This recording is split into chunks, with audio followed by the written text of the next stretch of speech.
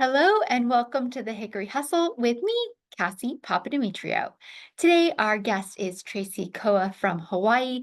She's been in real estate for the last few years and is the founder of Aloha House Foundation and the owner of White Lotus Capital. Please, everybody, let's welcome Tracy.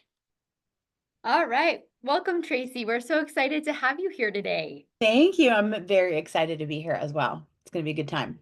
All right. Well, let's get started. How about you tell us about your journey into real estate and even if you want your life before.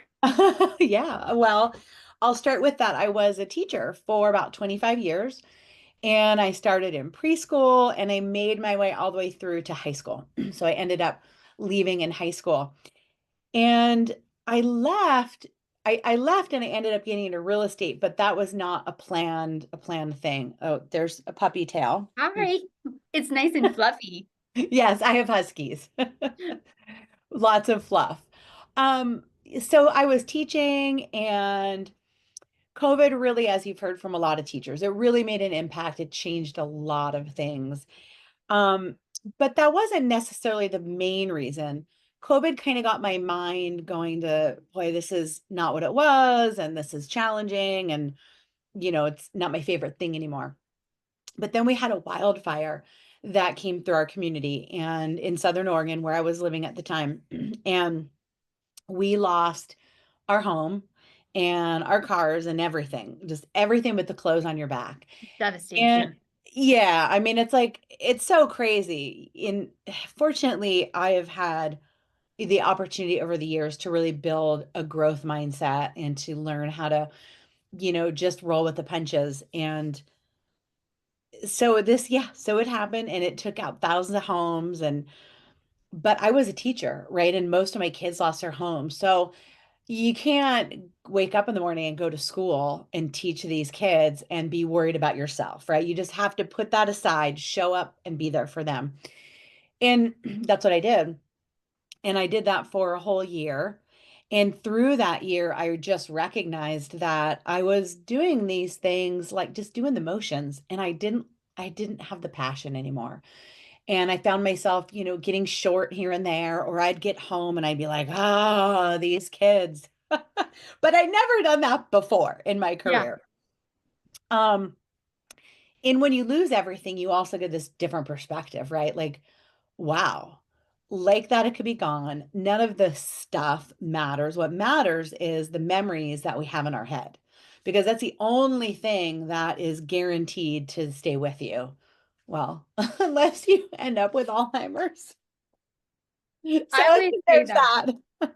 Aside I from think for me, like life is important to create memories and do things to have those memories rather yeah, than having things. agreed. Totally agreed.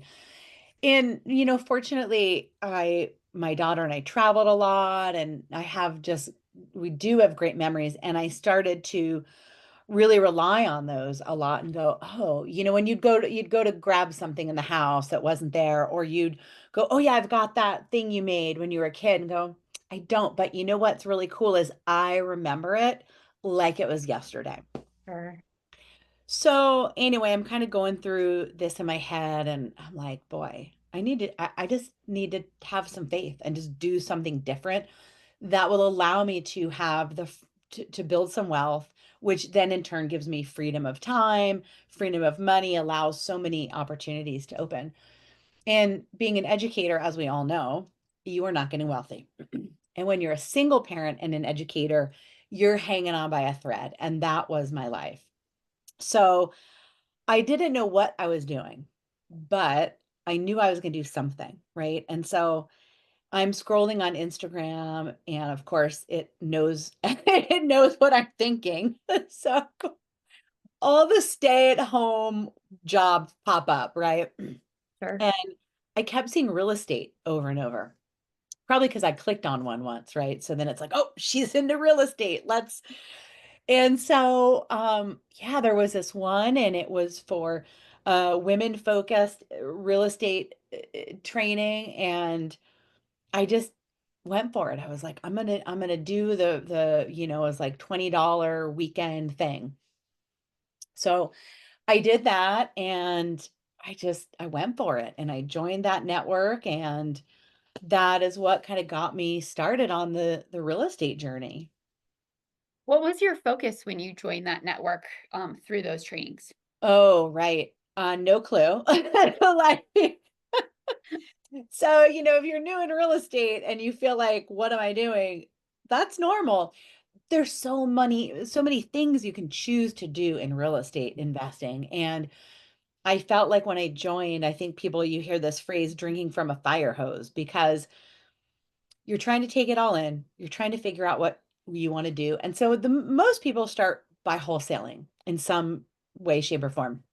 And so that's kind of what I started to do. And I spent some money and I sent the cards and I did the thing. And um, I had lots of I learned a lot because I had a lot of great phone calls with sellers, but I didn't love it.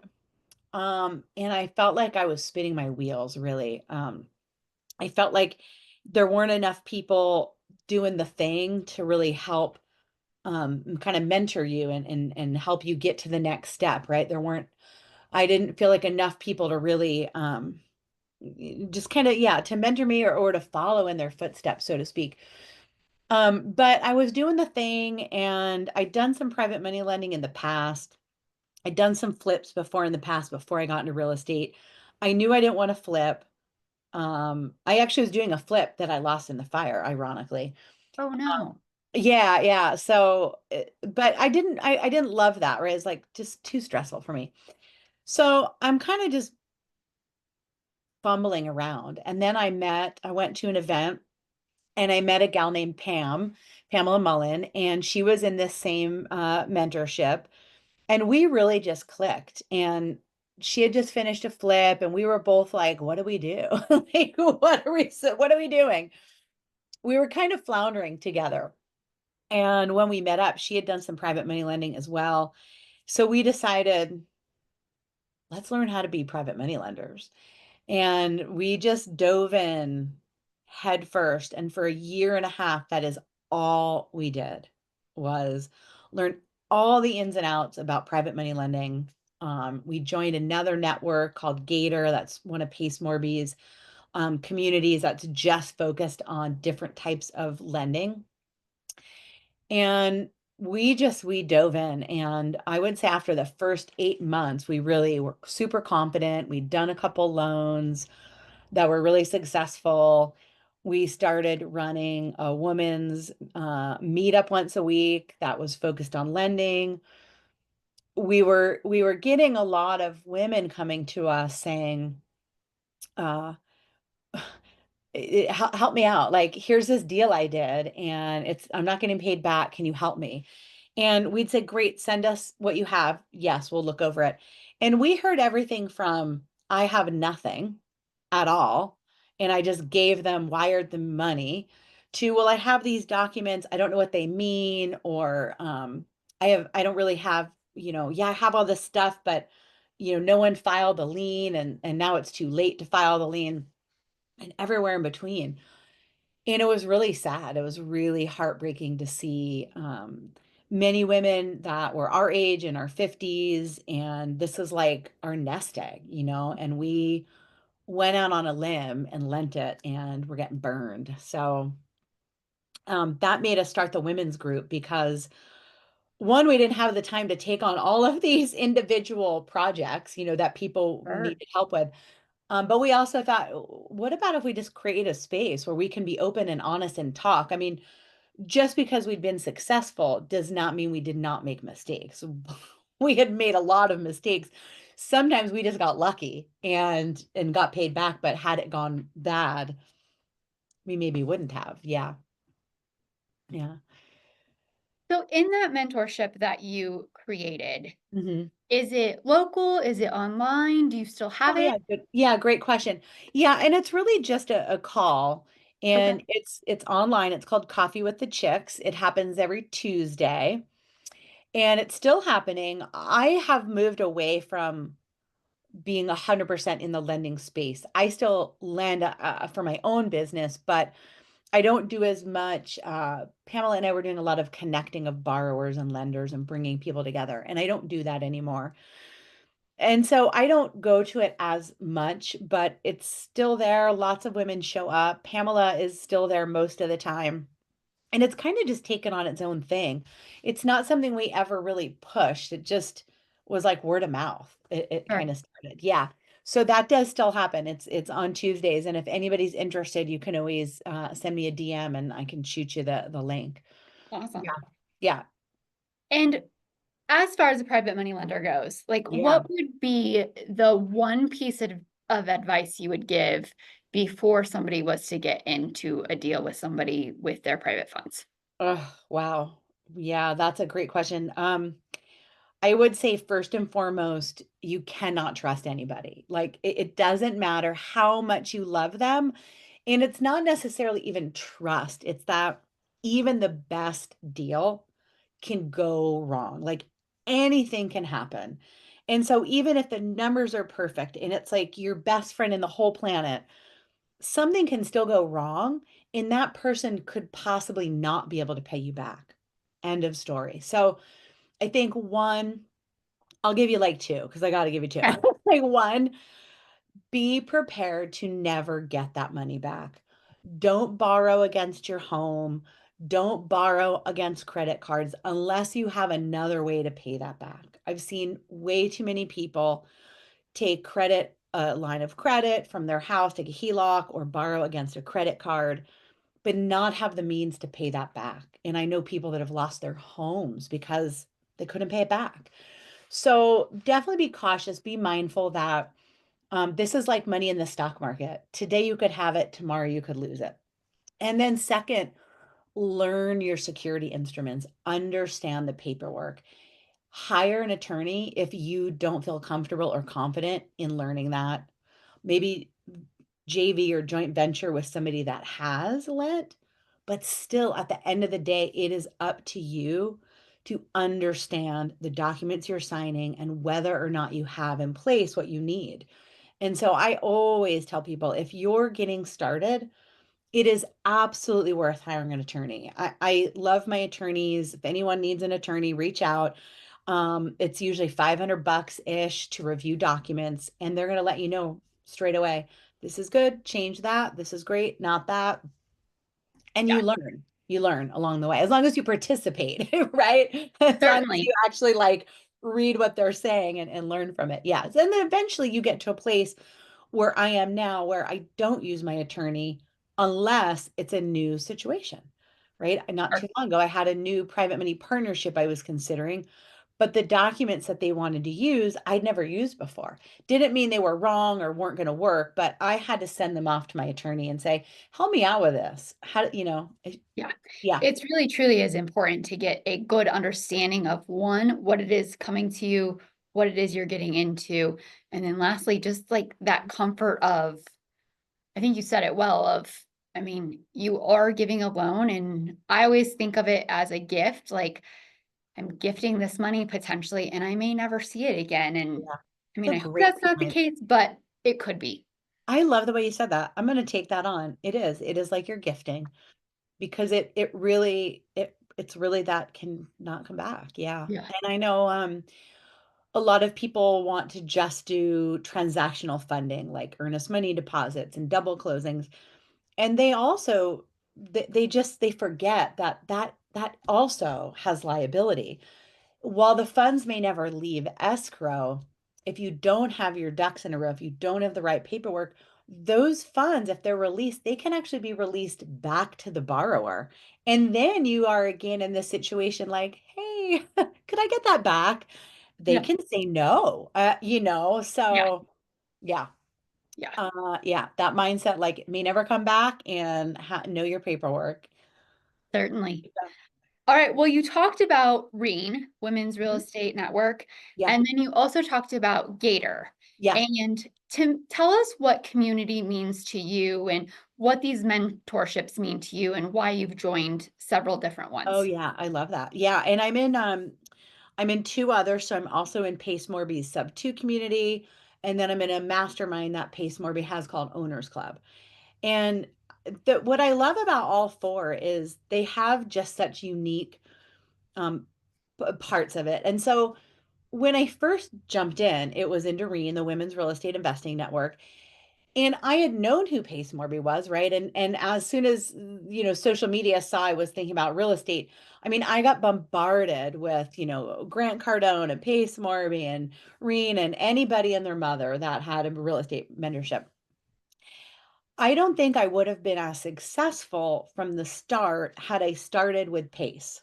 I love this man, I know him well, but his like go mentality, and he talks quickly and moves through topics quickly. I think I would have been intimidated. Being an educator, it's really funny and feels weird when you're in a space that you don't know anything about, when you're not the expert in the space, right? Mhm. And so in Reen, I felt very confident, very comfortable in just being myself, being authentic, and being vulnerable and saying, I have no idea. I don't know anything. I have no clue what I'm doing.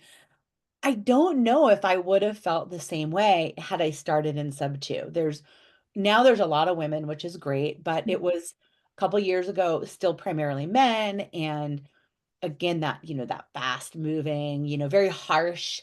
Now that I'm well versed and I feel very confident in what I do in real estate, I'm right up there. Like, I'm like, nope, we're good. I got this. And so Reen was just a wonderful opportunity to kind of dive in just a less I don't know, I just felt more comfortable. And I met amazing women, amazing women.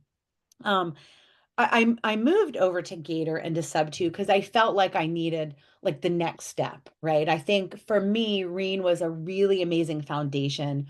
I built great relationships. That's where I met my partner Pam and so many other wonderful women. But then I got to this point where I was like, ooh, I need more, right? And I couldn't find it there. Not to say it's not there, but for me. Sure. But by then it was great. I joined Sub 2, and I mean, that really changed my life on so many levels. It created it's a larger community. So then I had access to more people. Um, Now I have access to men, which again it's amazing. Like I said in the beginning, I don't know, maybe I felt a little uncomfortable or nervous, but um, joining, having a better understanding, I felt very confident in what I was speaking on. And yeah, and I would say I just actually got off a call with some partners, and we were talking about we're starting this weekly Zoom, and we were just saying how we one of the things we love about doing it together is we can help people see the value in a partnership, right? This is a very hard business, lots of ups and downs, lots of wins and loses. You're often very much riding the line between I'm broke, but yet I have millions of dollars in real estate, and and now I'm buying another, real estate Yep. transaction. And so having other people and partners that are doing the same thing, it's really is helpful. Yeah. Two things, Tracy. Yeah. So it's been incredible to watch your journey. So I think you and I both joined Reen about the same Yeah, time. I think so. And you were certainly in the groups and leading and bringing up topics, but to see you now in Pace's group owners club, it is incredible. Like you are like, there's Tracy, and Oh my gosh. it's amazing watching you. So Yeah. it truly has been a pleasure. Wow.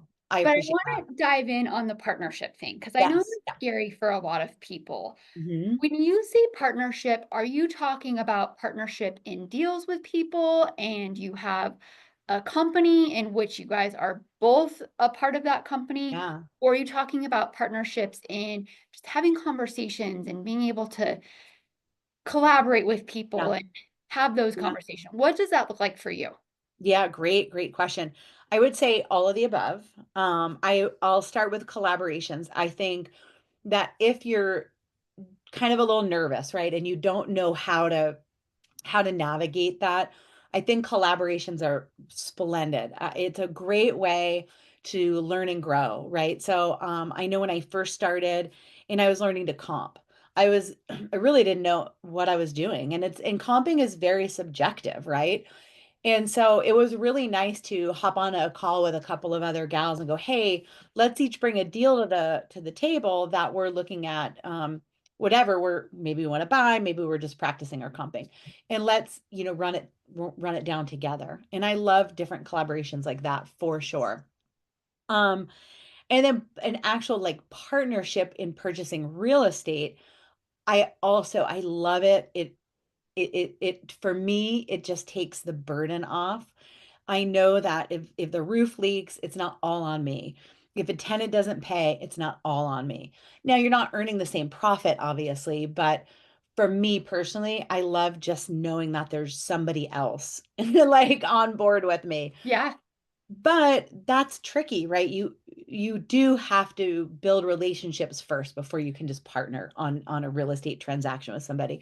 Because I believe if you don't have some sort of a relationship, you don't know how that person's going to handle when the roof leaks or when a tenant moves out. And so that's why I think it's really important to make time to build relationships with people so that you can just kind of get a feel for one another, right? Like, do we jive? Would we work well together? And also, how do you complement one another? I've got several partners, and I love every single one, and we all bring something different to the table, which is really cool. And then I've had partnerships where we own a business together. Pamela Mullen, who I spoke about, my dear friend, we started a business together called Chicks Investing, and we have an LLC. We actually still have it. And we were doing the private money lending and the connecting together. But we decided, primarily me, I kind of decided to change paths. Like I didn't love it anymore. Sure. Um, and it was really hard. It was hard to have that conversation, hey, you're like one of my closest friends and we do this thing together. That's amazing. And I love the day to day on the phone together and connecting because we live far apart. She's in Florida.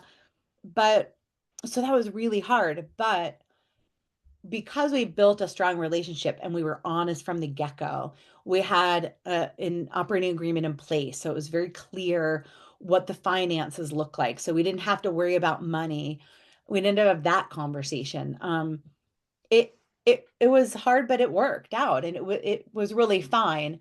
So again, I think if you're going to go into like a business partnership, it's really vital that you have some sort of a joint venture agreement or you have an operating agreement because you have an LLC together.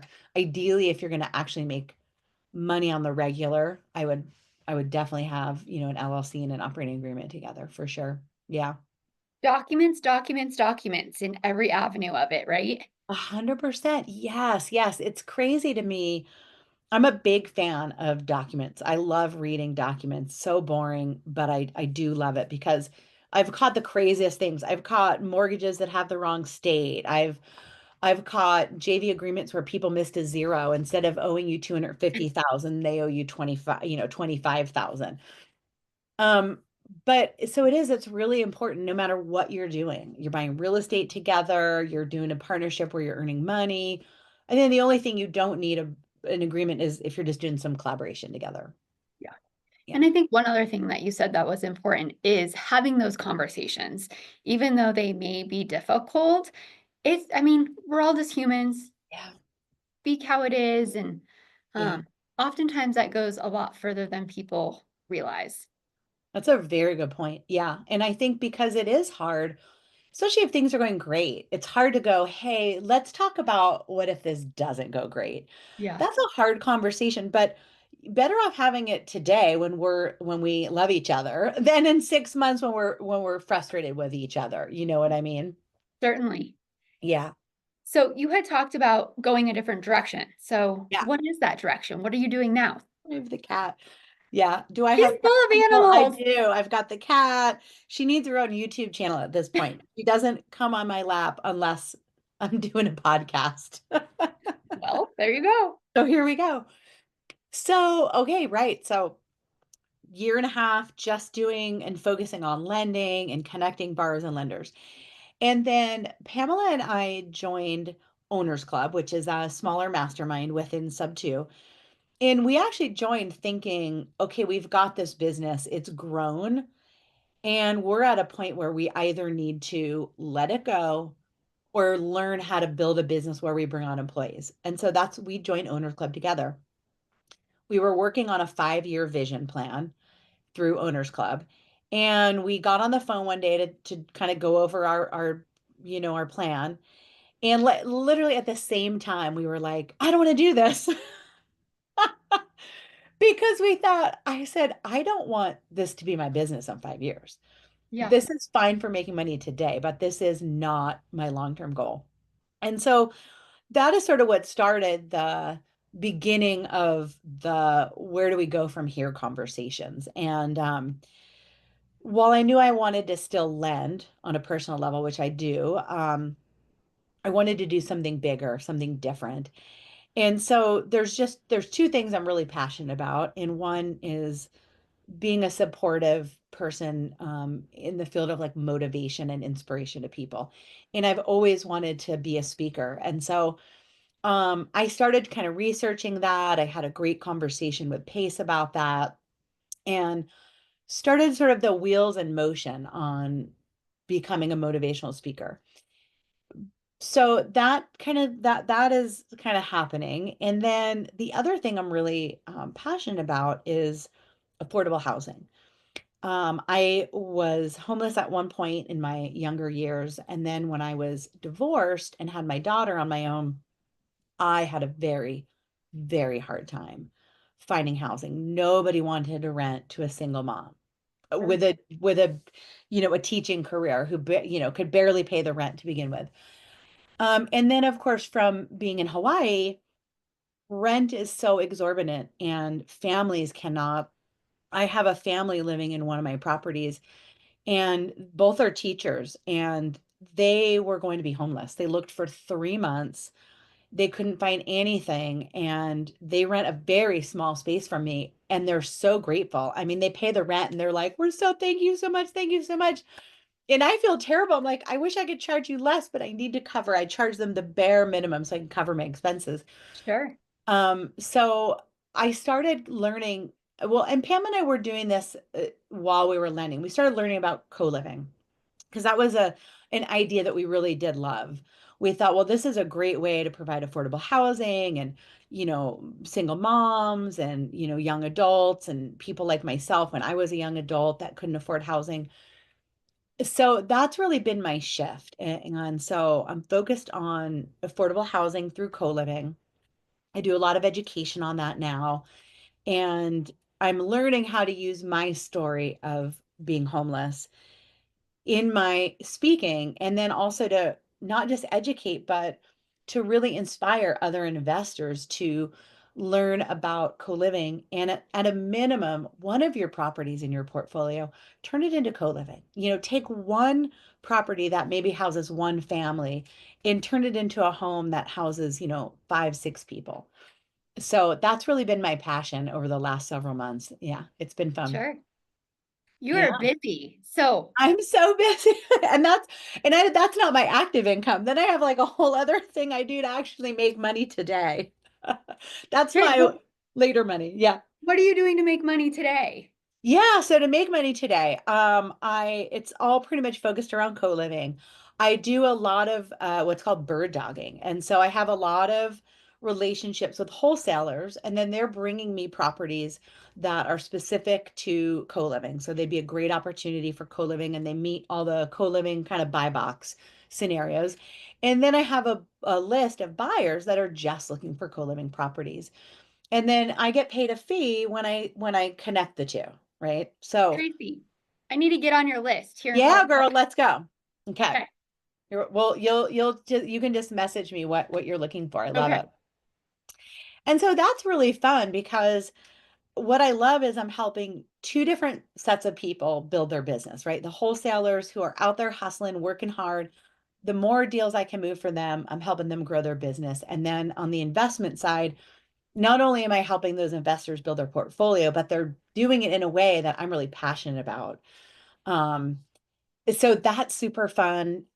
Myself and my partner, Dustin Jarowski, will be doing a 2-day workshop in April We start teaching the co-living semesters in sub two coming February 11th.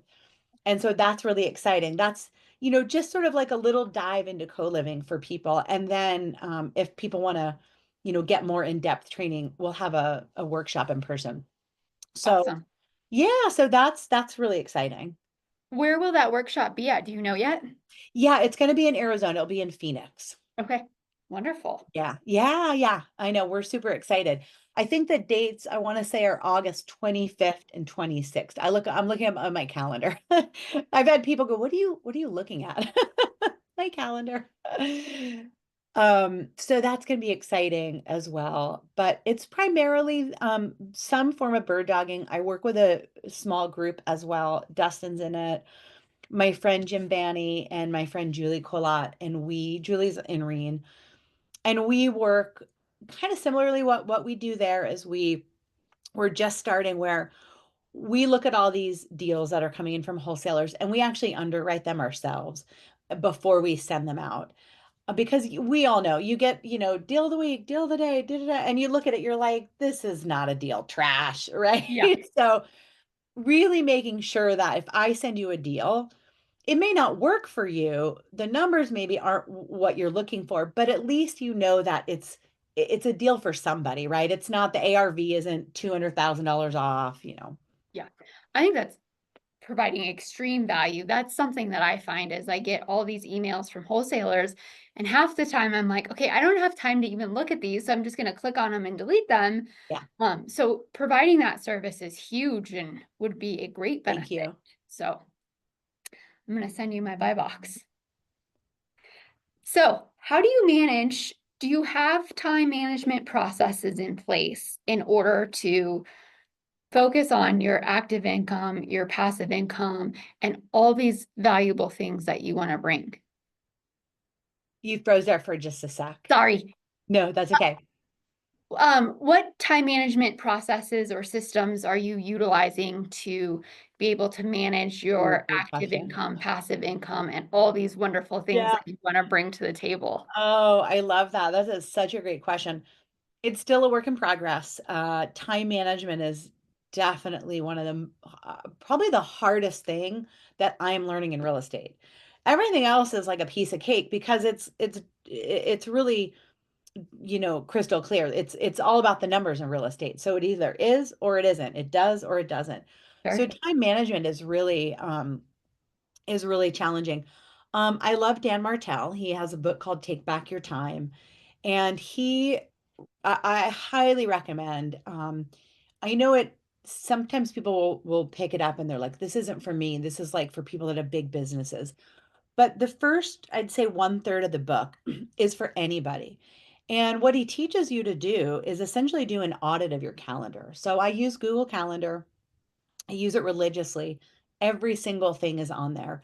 And I block out time for my active income. And I block out time for, underwriting deals for passive income. And I block out time for meetings with, community members and, family time and my daughter's volleyball game and you name it, it's all on there. And one of the things that Dan taught me was to do an audit. So you go through and you look at the last 2 weeks and you look at all the things, you print out your calendars and you highlight, you color code the things that you absolutely hate. Mark them in red. Things that are like, it's okay, yellow. And the things that you love that bring you joy are green. And so when I did that, the red, it was very interesting. It really makes it so clear all the things that you're doing and that you don't like that probably drain your energy because you're like doing everything other than that. Like I'd rather go clean my toilet than read my email inbox. Like that is you know. And so when you get to a point where you can hire people, those are the things you're going to hire out for. But in the meantime, you can also find a time of day that it works better for you to do the things you don't love, right? So if you are a person where at 2 o'clock you've kind of hit a wall and you're like, oh boy, I can't believe I'm still working. You don't want to have that be the time of day that you're doing an activity you don't like. Um, So I loved that auditing. And then what I do now is I audit at the end of every day. At the end of every day, I go back through the day and I identify the things that, well, one, I identify the things I did do. And I always make sure I really give myself credit that, wow, you did a lot in the day. That's like good on you.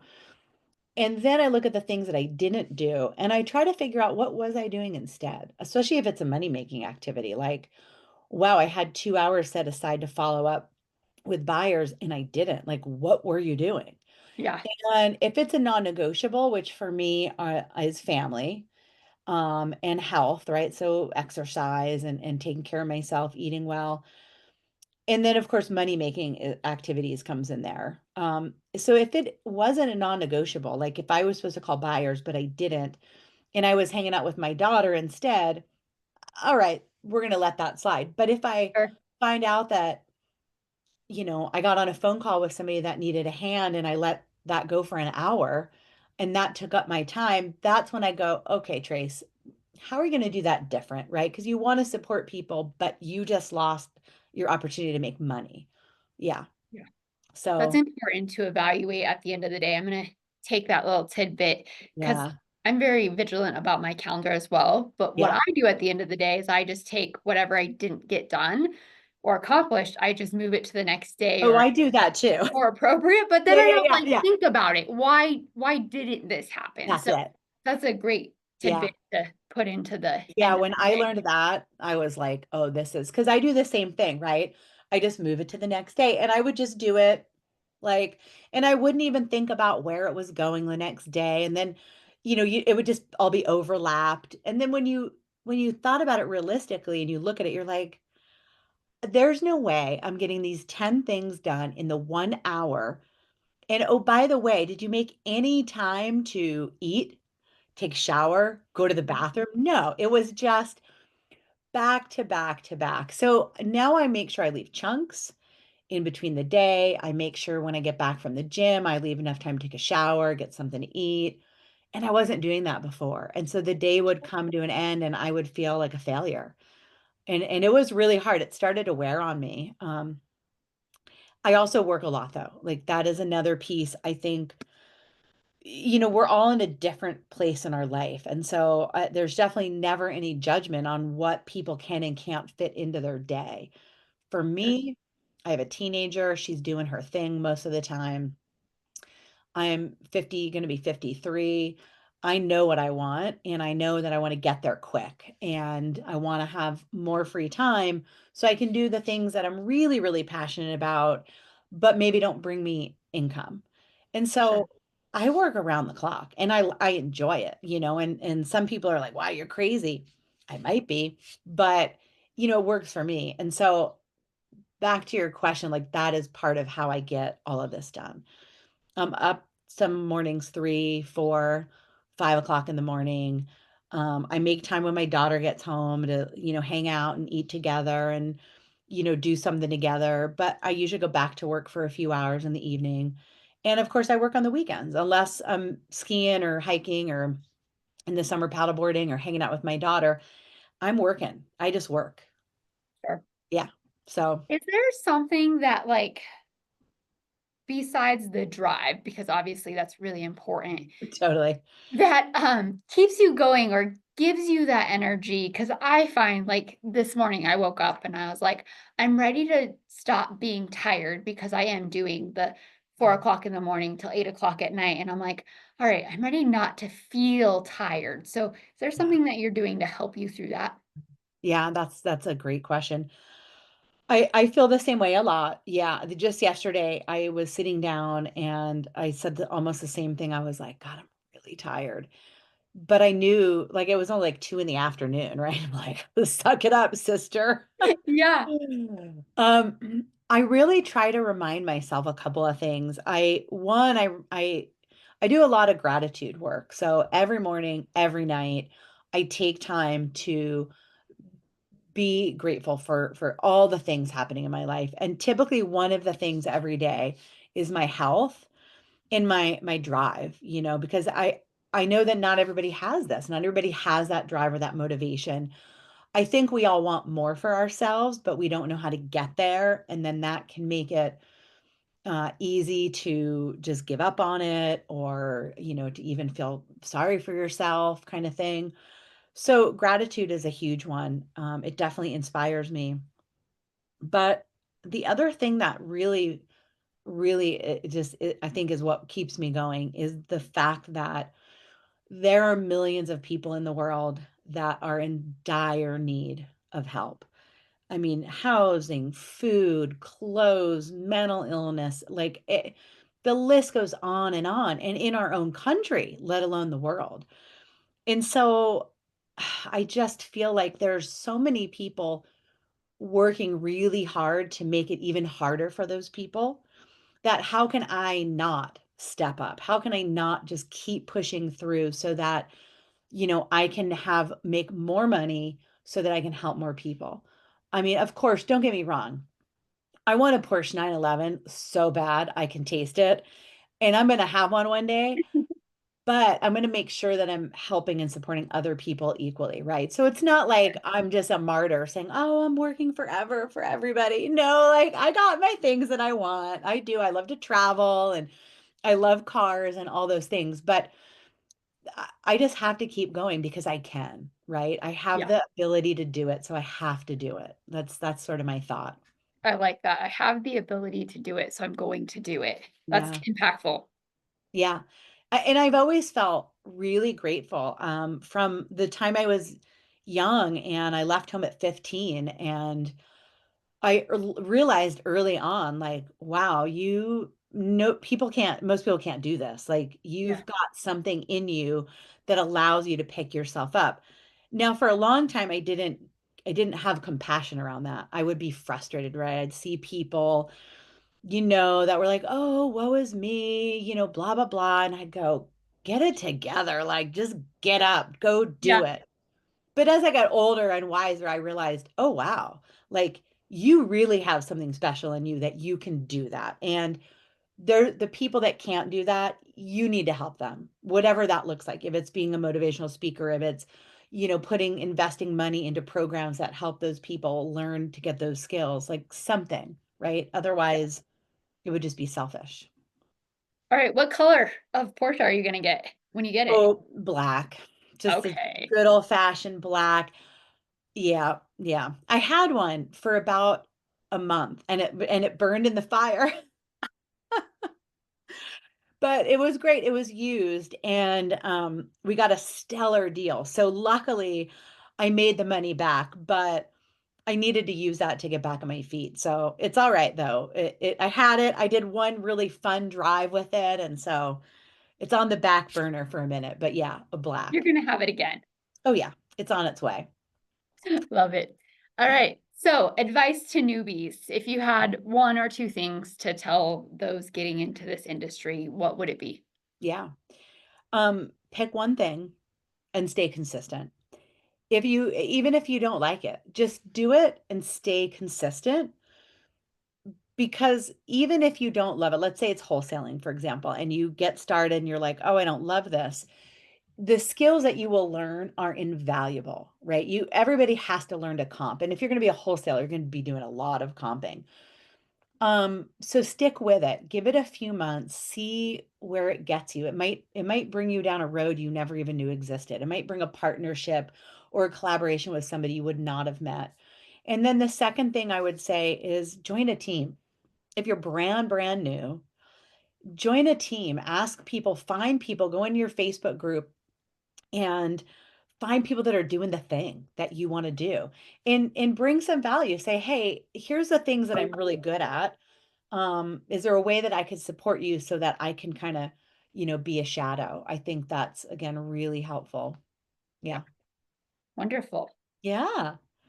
All right. Are you going So to be at Square fun. Up? I will. I'll be at Squad Up Summit. I'm so excited. I had such a great time last year. How about you? I'll be there as well. So hopefully we can connect. Yeah, yeah, that would be fun. This is what's crazy, guys, if you're watching this. Like we don't meet people in person sometimes, or you see people in person like once or twice a year, and it's crazy, but it's really neat. Yeah. Well, and the wonders, like we had to take something positive from COVID, it's certainly the ability to do Yeah. Zooms and chat with people across the country and across the So world amazing. and I know. really make those connections without being in person. Yeah. I know it's so cool. I love it. Yeah. Well, All thank right, you. Trace, where can we find you? Instagram, Facebook? Because I know you're working hard on those socials. I am. Thanks for asking. I primarily use Instagram.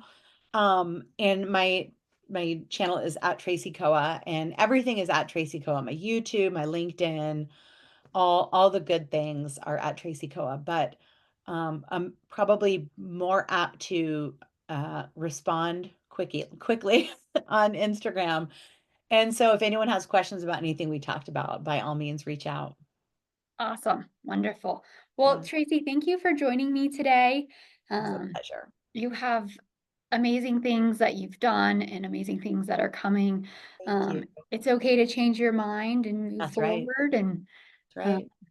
just, So I fun. can't wait to see what comes. So Oh thank my you gosh. I again. know. Well, same for you. I mean, it's really fun to watch everybody's growth. It's pretty amazing.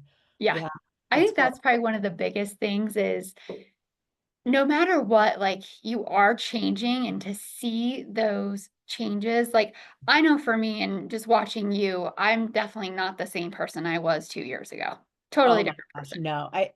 If you would have told me, I know we're gonna end, but we're gonna finish with this. If you would have told me 2 years ago, Tracy, you will have the most personal growth in your life becoming a real estate investor, I would have laughed out loud because I've done a lot of personal growth work.